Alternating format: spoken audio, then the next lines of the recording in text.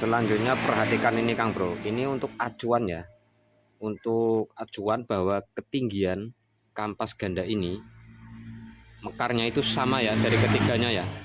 Jadi ini kita gunakan acuan di sini Kang Bro. Nah ini kan untuk posisi bibir cowakan ini press dengan sepatu kampas gandanya sama tinggi, sama rata, sama kita cek dari ketiganya ya. Nah ini sama, ketinggian ini dengan bibir ini sama. Ini perlu diperhatikan, jangan sampai ada yang lebih tinggi salah satu di antara ketiganya. Itu juga akan berpengaruh juga Kang Bro.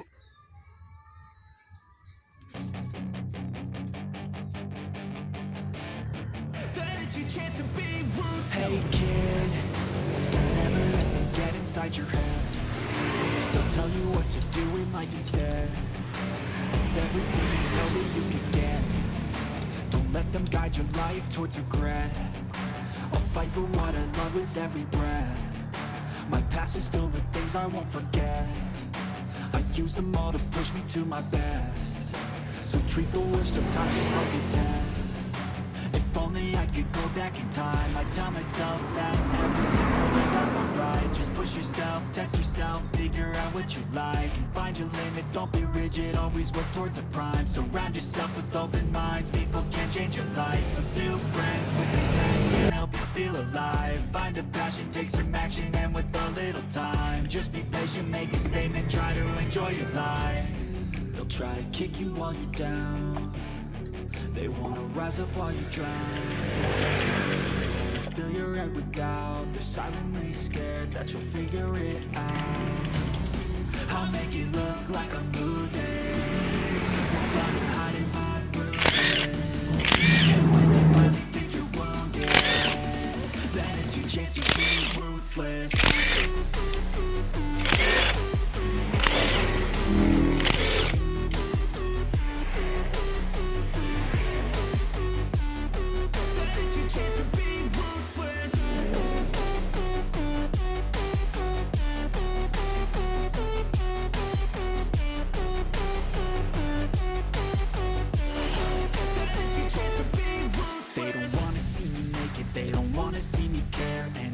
Make some progress, I can see that they compare. I think everyone's against me, maybe something in the air. Am I paranoid? I swear a void is forming. Scared I walk a straight path, not many can say that. I like to play fast, cross me and there's payback. You better pray that I don't see your face at any place that I go. I know you hate that. I've been doing fine, I'm not wasting any more time. I live for the fight and the climb. I think that the pain that's deep inside is what defines. So I won't give up, I'm gonna make it to the top. I don't care what's in my way, I swear I'm never gonna stop. I could fall flat on my face and I swear I will get back up. Cause I don't deserve a thing and the road ahead is tough. They'll try to kick you while you're down. They wanna rise up while you drown. They wanna fill your head with doubt. Silently scared that you'll figure it out. I'll make it look like I'm losing, won't bother hiding my bruises. And when they finally think you're wounded, then it's your chance to be ruthless.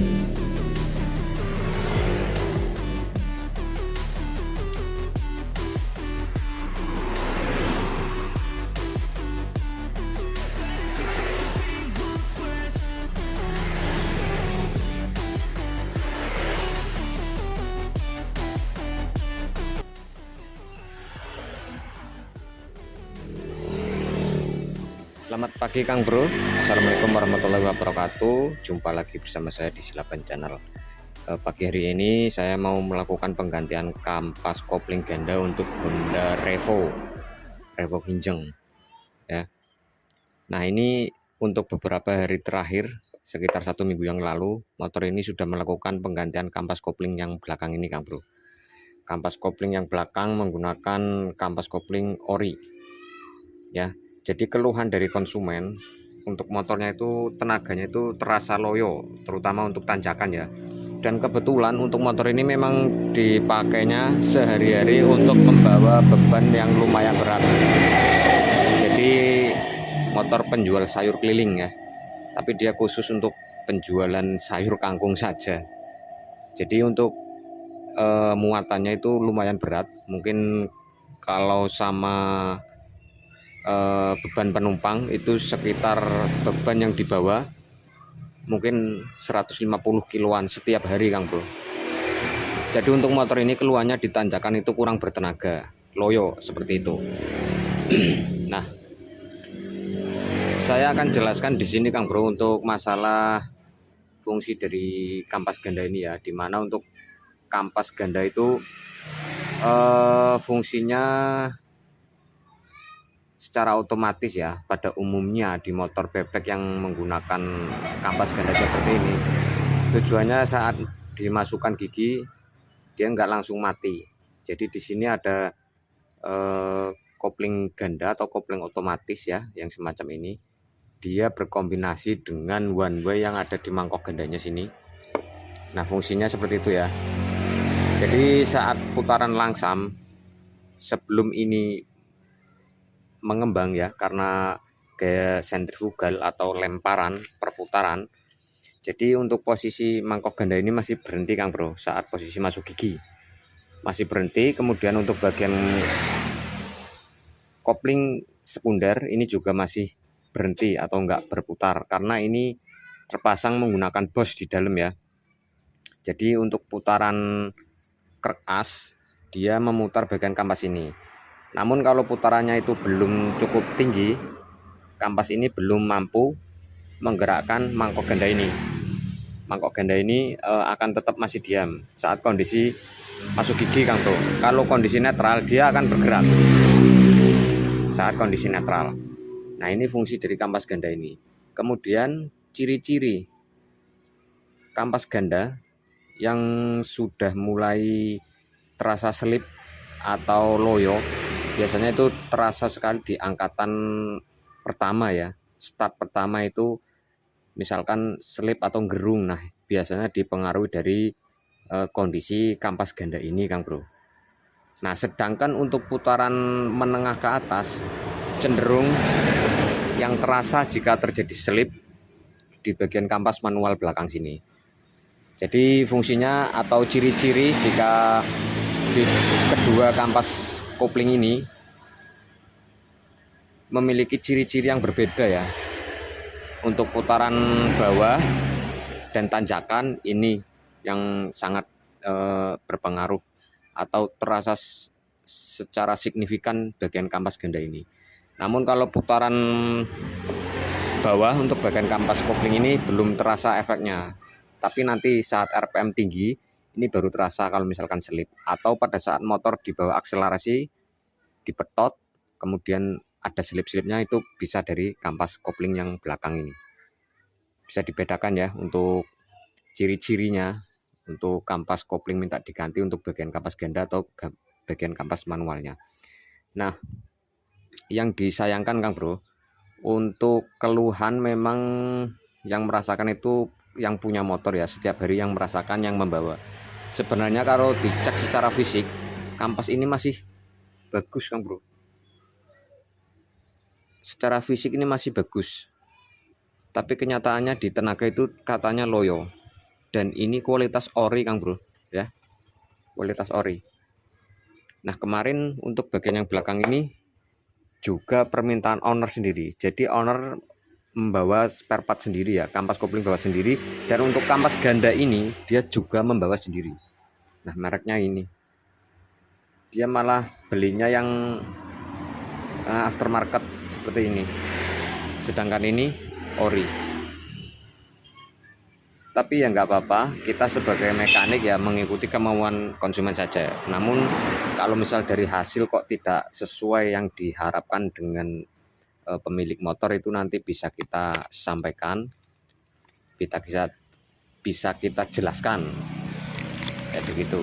Nah, ini persamaannya dengan Hyundai Blade ya. Kalau kemarin saya bongkar punya Supra Fit New itu nggak pakai karet damper di dalamnya sini. Tapi kalau ini sepertinya menggunakan Bro untuk tipe Revo Kinjeng ini.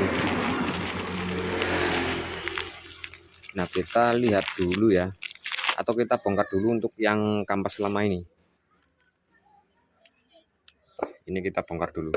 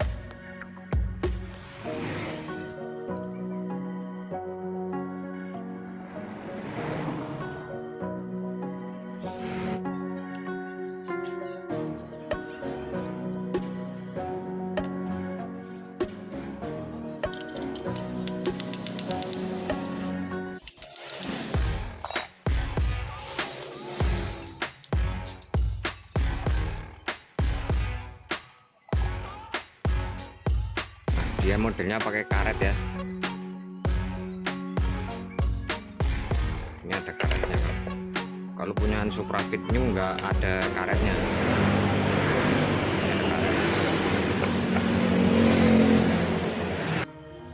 Nah, sekarang kita cek untuk kampas ganda yang baru. Nah, di sini terlihat ya ada tempat untuk meletakkan karet damper atau karet pengganjal, karet peredam, sama ya. Oke, sekarang kita buka.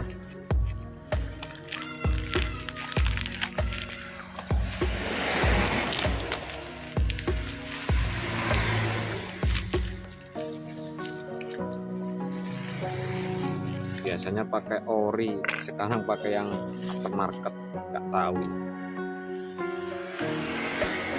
Ini ya untuk penampakan kampas ganda yang baru aftermarket non ori.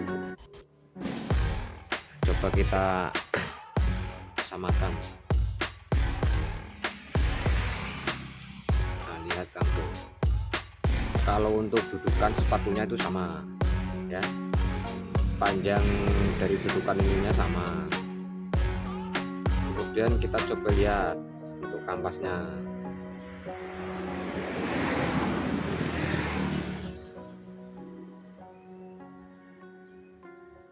Nah, untuk kampasnya juga sama kan bro, kurang lebih sama. Oke, coba kita cek ya. Kita masukkan untuk kampas yang baru ini ke bagian tiang-tiangnya ini Kang Bro. Di sini kita cek. Nah, ini harus enteng seperti ini ya. Semua kita cek dari ketiganya. Kalau misalkan ada yang seret, itu harus kita bikin longgar dulu Kang Bro, karena itu sangat berpengaruh ya.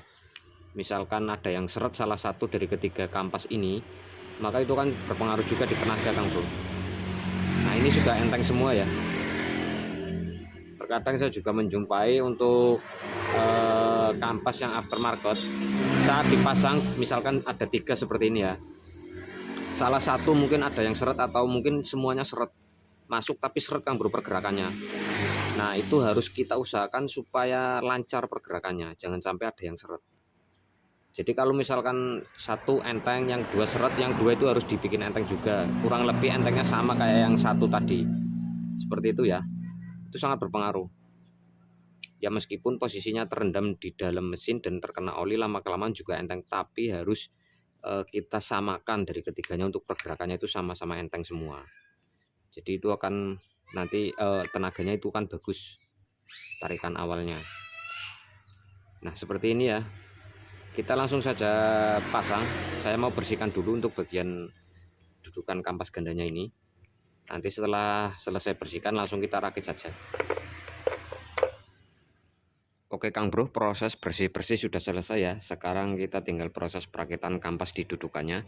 Di sini untuk karet dampernya atau karet bantalan sudah saya pasangkan ya. Sudah saya pasang. Kemudian untuk kampas yang lama tadi juga sudah ditambahkan pengganjal Kang Bro, semacam ini ya. Nah, ini pengganjal ini tidak kita gunakan ya, karena untuk posisi kampas lama dengan kampas yang baru ini biasanya akan terjadi selisih di ketebalannya Kang Bro. Kalau misal dikasih ini untuk kondisi yang baru, biasanya nanti akan nggak ada spelling di bagian mangkok saat terpasang. Jadi jaraknya terlalu dekat. Nah mungkin ini dikasih ganjel karena untuk space jaraknya ke mangkok ganda itu agak jauh atau sudah agak lebar, makanya ditambah pengganjal di sini ya. Jadi nggak cuma mengandalkan dari karet dampernya ini saja, tapi di sini tadi juga dikasih pengganjalnya. Nah ini untuk kondisi yang baru saya tidak gunakan pengganjal yang ada di sini. Ini dari selang ini ya, selang bensin yang dipotong. Ini nggak saya gunakan Kang Bro. Nanti pasti spasinya terlalu dekat, bahkan nggak bisa masuk ya. Nah untuk selanjutnya langsung kita pasang bagian kampas ke dudukannya. Ini kondisi tadi sudah kita cek ya, enteng semua ya, seperti ini.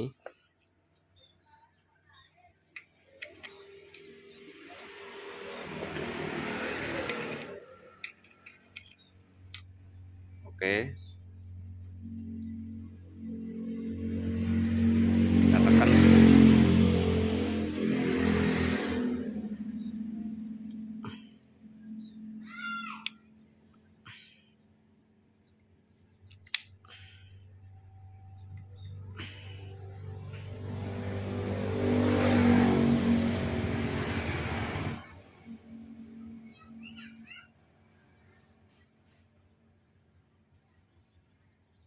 Nah berikutnya Kang Bro untuk kondisi per, ini per yang baru, bawaan kampas yang baru, dan ini yang lama. Nah ini saya akan gunakan yang lama Kang Bro, karena untuk diameter pernya ini lebih kecil. Jadi untuk yang baru ini lebih besar, dan ini efeknya nanti saat putaran awal atau saat di bawah jalan pertama kali itu butuh RPM tinggi Kang Bro. Jadi butuh RPM tinggi baru kampas ganda itu mengembang mendesak bagian mangkok ganda. Itu baru mau jalan kalau kita naikkan RPM-nya agak tinggi. Tapi kalau masih pelan itu belum jalan. Nah, sedangkan untuk per yang lama ini diameternya lebih kecil. Proses mekarnya kampas ganda mendesak bagian mangkok gandanya itu nggak butuh RPM tinggi. Dia digas sedikit sudah megar. Begitu ya, jadi saya akan gunakan yang lama. Ini berpengaruh juga Kang Bro, di akselerasinya nanti berpengaruh. Yang penting kita cek kondisinya di bagian sini nggak ada tanda-tanda mau putus. Biasanya ada kejadian juga untuk per seperti ini patah atau putus. Kita cek, kalau aman kita akan gunakan yang lama. Diameternya lebih kecil dan ini pastinya akan lebih responsif nantinya. Oke, yang baru tidak saya pakai ya.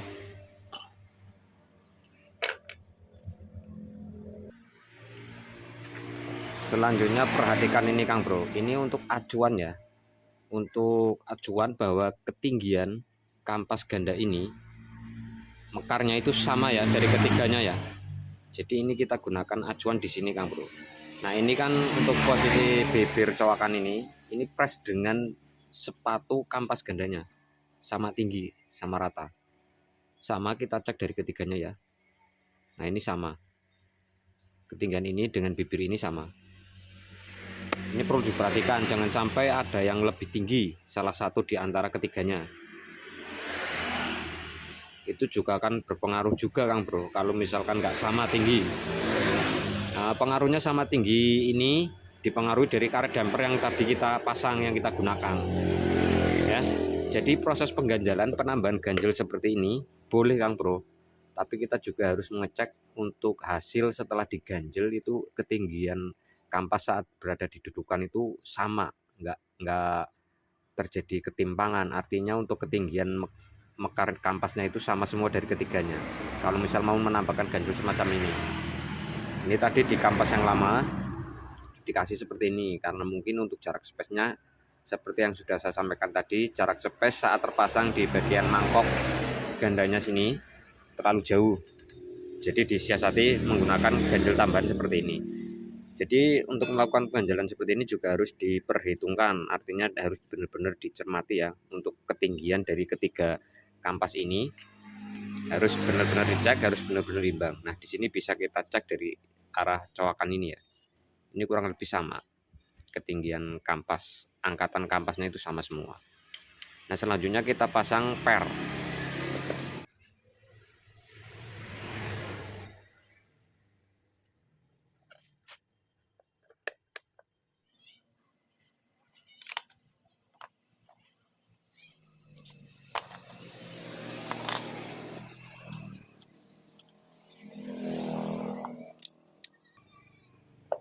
Untuk plat ini menghadapnya seperti ini ya, bukan dibalik seperti ini.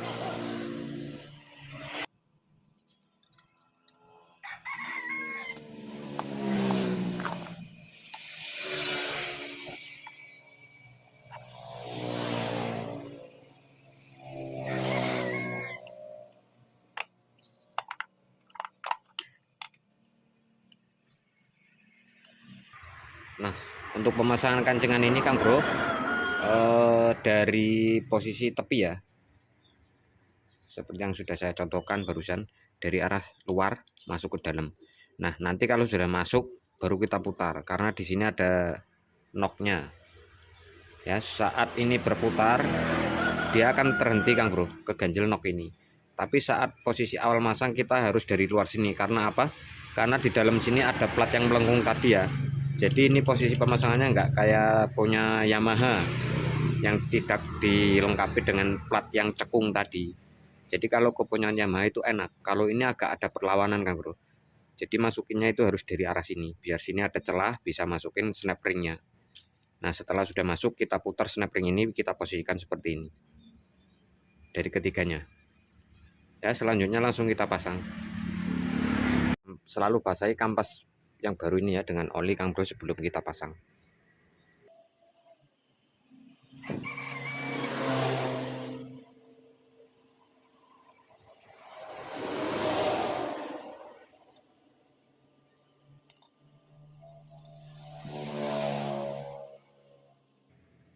Oke, langsung kita pasang.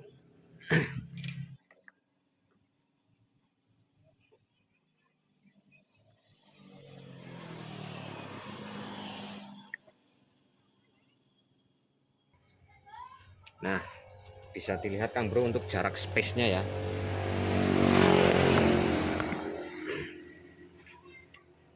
Nah, ini jarak space-nya. Bagian sini bagian paling dekat. Masih ada sekitar berapa mili itu? Sekitar 1,5 mili mungkin. Nah, ini untuk jarak yang renggangnya ya. Tapi yang kita lihat dari jarak yang sini ya. Sama semua dari ketiganya.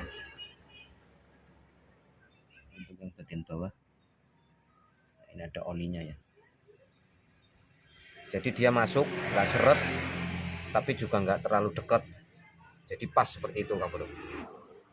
Nah berikutnya Kang Bro, ini yang nggak kalah penting ya saat pemasangan kampas ganda, kemudian merakit bagian kopling ganda. Di sini ada lubang ya, lubang pelumasan yang dari arah sini, area filter sentrifugal sini.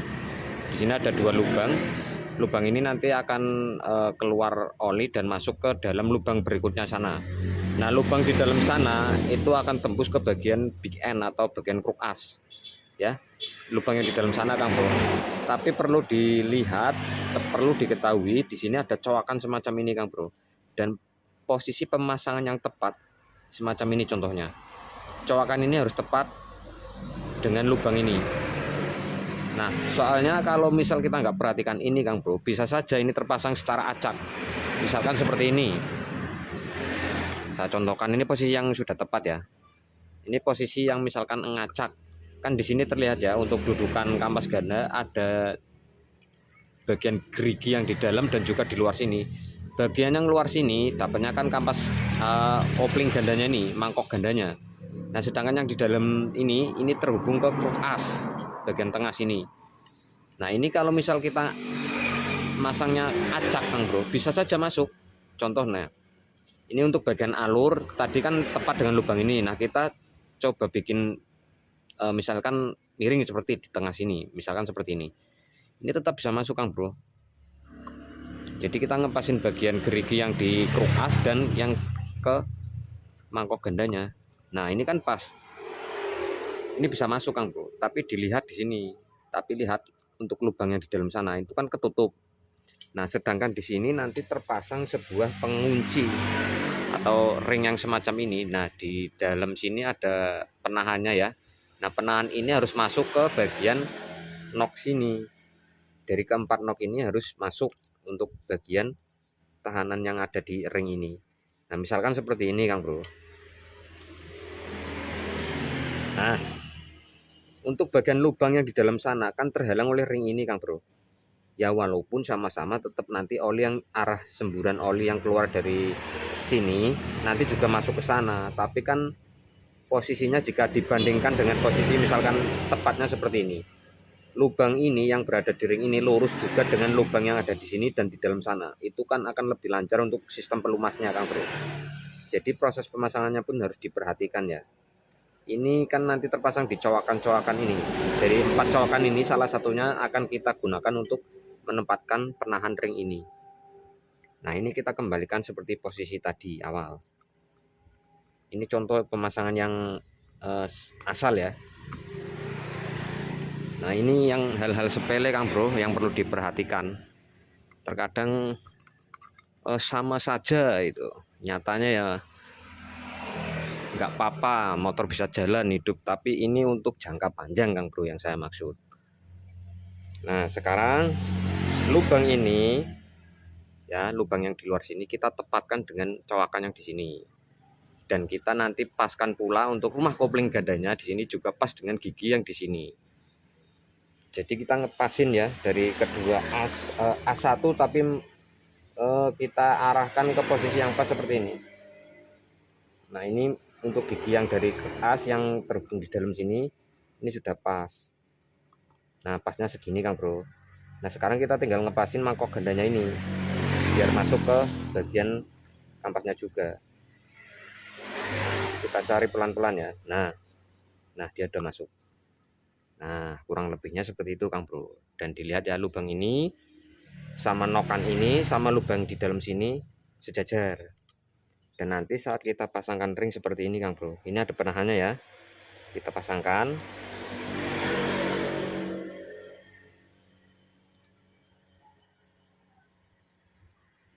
Nah ini nanti oli yang keluar dari sini Kang Bro, kan arah semburan oli dari pompa oli kan dari arah ujung as ini masuk keluar jus ke sini, diputer di sini, difilter Kang Bro.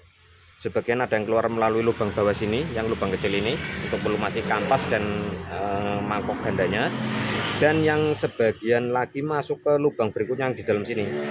Nah ini kalau misal nggak ketutup rapat kan untuk semburan olinya kan nanti lebih lancar lagi, yang masuk ke lubang dalam sana dan menuju ke bagian big pan, big end, kruk as, dan bagian silinder juga piston untuk keperluan pelumasan kayak gitu Kang Bro.